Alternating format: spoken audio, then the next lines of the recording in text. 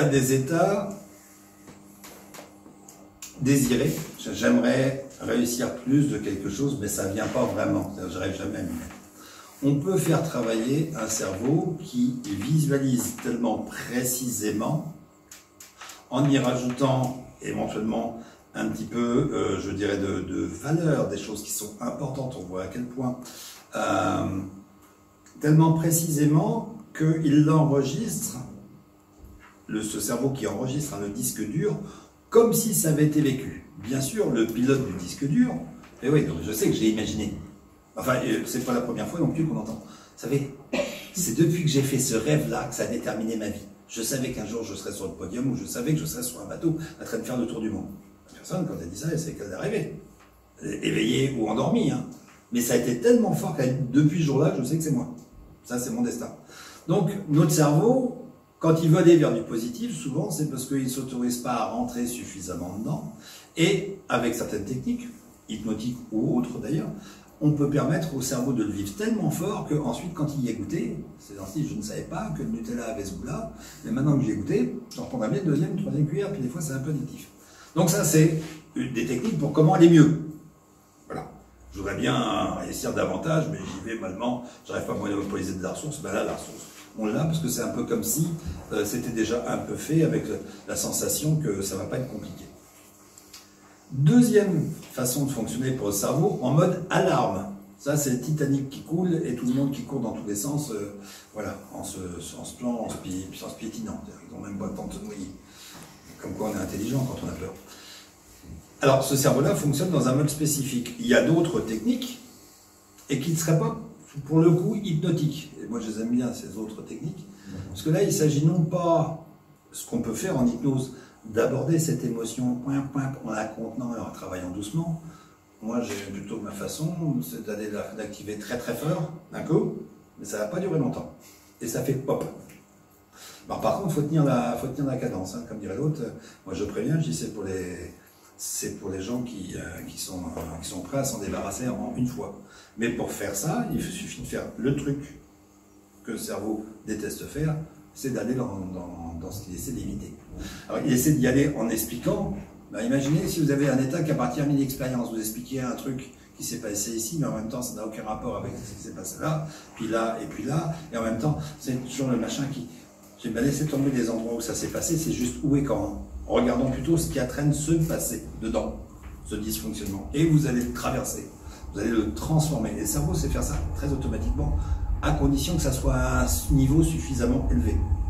Grosso modo, on ne peut éteindre une alarme que quand elle sonne. Il faut la faire sonner fort. Et ça, c'est rapide, c'est radical, c'est en une fois. La bonne fois. En une fois, pour se débarrasser d'un niveau d'alarme, des fois, il y a plusieurs niveaux dans l'alarme. Il peut y avoir une deuxième, une troisième séance, la personne dit c'est différent, mais c'est toujours pas complètement OK. Donc, et rebelote, et puis en une, deux, trois fois, après ça s'ajuste. Ça ne veut pas dire que le travail est terminé, mais on a au moins viré un cerveau qui dysfonctionne en mode alarme. Mais après, il y a peut-être aussi du fonctionnement normal à remettre en place. Quand la personne a passé sa vie à essayer d'éviter quelque chose, vous savez bien que dès qu'elle a pu éviter ça, ça fait souvent un gros vide. Hein, où il y a des trucs, c'est tout chamboulant, je ne sais plus ce qui est important, je ne sais plus tout. Voilà. Il y a un autre cerveau, un autre modèle de cerveau,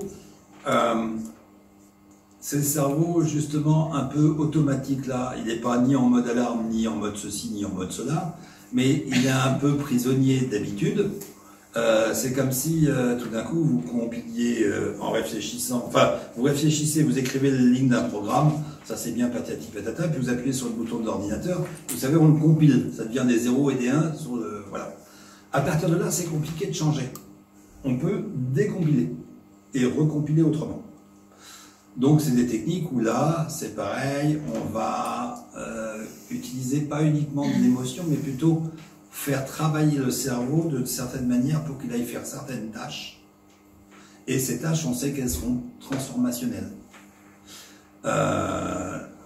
Donc du coup, la personne ne fonctionnera pas pareil. Alors souvent d'ailleurs ça peut être des suggestions indirectes. Je vais prendre un exemple très simple. Voilà.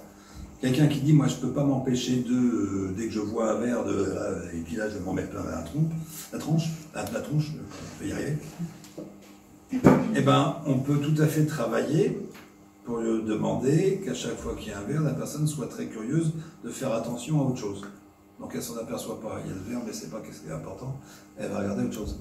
Et tout d'un coup, eh ben, ça va plus déclencher le même comportement parce qu'on a orienté l'attention différemment. Alors c'est très manipulateur, mais bienveillant. C'est d'ailleurs ce qu'on fait quand on veut qu'un enfant ne regarde pas quelque chose qui est moche. Et, oh, regarde, il y a une marchande de glace de l'autre côté. Ah oui. Voilà, pendant ce temps-là, il n'y a pas vu le monsieur qui est tombé du trottoir. Bon. Donc c'est bienveillant. Mais ça, on le fait consciemment. En plus, la personne, je veux dire, on lui dit ce qu'on va faire. Pas forcément dans le détail, mais on lui dit. Non, si vous êtes OK, on vérifie bien. Donc, un cerveau sur lequel on peut reprogrammer des automatismes qui ne sont que des automatismes, mais que la personne souhaite éliminer.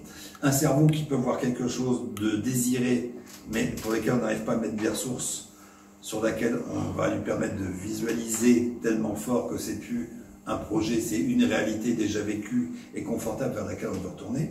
Puis un cerveau en mode alarme qui va quitter le mode alarme parce qu'il va s'apercevoir que, grosso modo, ce qui fait si peur ne fait pas si peur que ça. Parce que souvent, c'est pas grand-chose. Il y en a un quatrième, il m'échappe.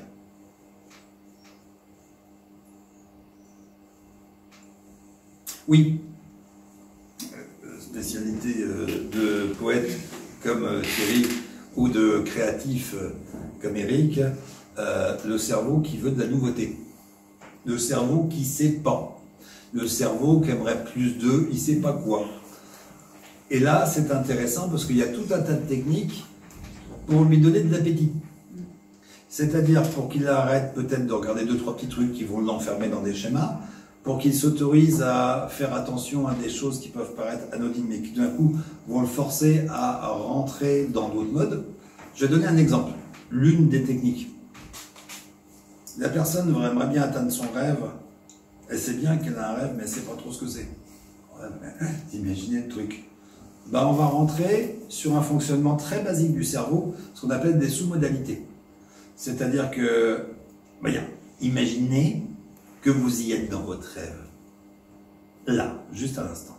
Ça serait comment? Je ne sais pas, oui, mais plutôt, il fait jour ou il fait nuit? Ah, jour. Quelle heure de la journée? Le matin. Plutôt chaud ou froid? Tiède. Et il y a des couleurs? Ouais. Une ou plusieurs? Plusieurs. Commencez à voir le truc. Alors, qu'est-ce qu'on est en train de faire? Pendant ce temps-là, bien sûr, on va tout faire, comme le disait très justement Thierry, mettre de l'émotion, donc une émotion positive qui vient s'alimenter avec des Legos. Mais on ne construit pas de forme. Qu'est-ce qui va se passer? Dès que dans la réalité, il y a quelque chose qui va venir activer un ou plusieurs de ces Legos, on va activer l'émotion positive. Donc tout d'un coup, je vois du bleu, c'est le matin, etc. Et ça y est, j'ai déjà d'avoir envie, mais je ne sais pas encore de quoi. Mais ça pousse déjà vers quelque chose, et tout d'un coup, la personne va pouvoir se déployer autrement. Vers quelque chose qui lui correspond, bien sûr. Parce que tout ça, c'est pas le thérapeute qui l'a mis dedans, c'est la personne qui a fait émerger ça. Donc, comme j'ai envie de vacances, ben oui, bon, mer ou montagne. Et là, ça donne plus envie d'y aller quand on commence à avoir une destination que quand on ne sait pas trop. Donc, la thérapie, c'est pour ça que c'est distinct de l'hypnose. L'hypnose fait beaucoup de choses. On peut faire beaucoup de ces choses-là dans un état hypnotique, mais quand on dit hypnose, qui est une technique, comme on dit TNL, qui est la cousine de la technique hypnose, sauf que on n'est pas forcément dans un état flagadouille. En hypnose, on n'est pas forcément dans un état flagadouille, mais souvent, quand on fait de l'hypnose ericksonienne. Eh bien, en fait, on ne fait que faire travailler le cerveau sur un certain mode. En fait, vous oubliez toutes les techniques, quand vous savez comment fonctionne le cerveau, vous le faites fonctionner comme ça, il y a quelqu'un qui fait « c'est quoi votre technique ?» Vous faites « je sais pas, je bosse avec le cerveau ». C'est ma réponse maintenant. Et vous faites de l'hypnose, je ne sais pas, il y avait, oui, si on veut, d'une certaine manière, c'est déjà de l'hypnose, mais en même temps, je ne sais pas, parce que quelqu'un me dirait « mais je fais pareil, moi ». Je dis « bah oui, bien sûr ». Toi aussi, tu sais accompagner les gens, les aider à changer, voilà. Mais simplement, quand on connaît la bonne façon de faire fonctionner le cerveau pour le mode objectif, c'est OK. Faire visualiser un objectif positif à quelqu'un qui est en mode alarme, c'est très con. Ça ne marchera pas. Et il y a des thérapeutes parfois mal formés, ben voilà, qu'est-ce que vous voulez à la place? Je sais pas, tu sais, quand j'ai un chien qui me court après, c'est pas la peine de me demander ce que je veux à la place. Je veux déjà pas du chien. Voilà. Le reste, tu veux manger quoi? Tu veux une pizza ou je sais pas. Non, c'est pas la peine. Donc, il y a un petit peu de bon sens. Et parfois, des thérapeutes qui ne maîtrisent qu'une technique, eh ben, ils font tout avec leur technique et ils produisent beaucoup d'effets. Hein. Et quand on a appris plusieurs techniques, on finit par regarder ce qu'il y a derrière la technique, c'est-à-dire la mécanique du cerveau, la chimie du cerveau, si on va être la neurochimie du cerveau. Et là, après, on dit, ben voilà, je bosse avec un cerveau. Ces techniques participent un peu de l'hypnose et d'autres approches. D'accord ?